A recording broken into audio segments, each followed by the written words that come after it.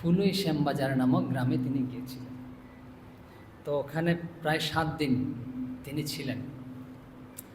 ওই 7 দিন তার অবস্থানরত অবস্থায় ওই ওই গ্রাম এবং আশেপাশের স্থান থেকে তাকে দেখার জন্য একবার মাত্র তো হাজার হাজার শত শত লোক জমায়েত হতো। এমনকি আশেপাশের গ্রাম রামজীবনপুর, কৃষ্ণগঞ্জ, ওখান থেকে আশেপাশের গ্রাম থেকে লোক আসতে লাগলো তাকে দেখার জন্য। তো এমনকি যে বাড়ির ছাদে বসে থাকতো তাকে দেখার জন্য, হয়তো গাছ, কারণ কাছে যেতে পারছে না অনেক লোক, তো গাছের উপর চড়ে থাকতো। এমনকি যে তিনি কখন আসবেন বেরোবেন তা দেখার জন্য খাওয়া নিদ্রা সব ত্যাগ করে ওখানে বসে রয়েছে।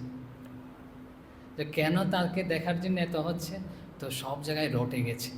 শরৎ মহারাজ বলছেন, কোন ঘটনাটা রটেছে? শরৎ মহারাজ বলছেন যে একজন ভগবত ভক্ত এসছেন, তিনি কীরকম চারিদিকে প্রচার হয়ে গেছে, বলছে এক্ষণে মৃত আবার পরক্ষণেই জীবিত হয়ে ওঠে, এই মরে গেল আবার এই বেঁচে উঠেছে। তো এইরকম ব্যাপার তো কেউ দেখেনি কখনো। এই জন্য এই কারণে তারপর ভগবত ভাব তো রয়েছে, অবতার পুরুষদের একটা আকর্ষণ রয়েছে ভগবানের।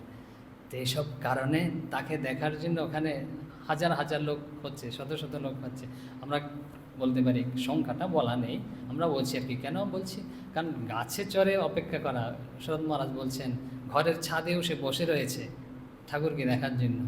তো দেখতে পারেন যে এক্ষণে মরে যাচ্ছে আবার এক্ষণে পরক্ষণে জীবিত হয়ে উঠছে।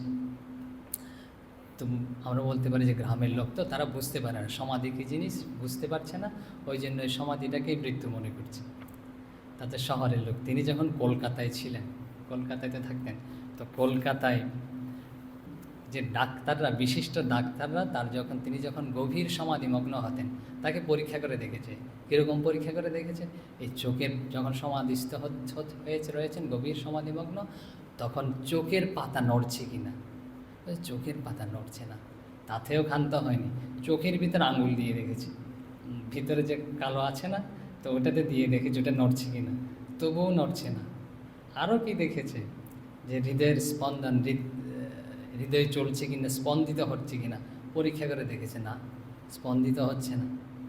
আরও কি? যে স্নায়ু রয়েছে, পালস, তাও পরীক্ষা করে দেখেছে।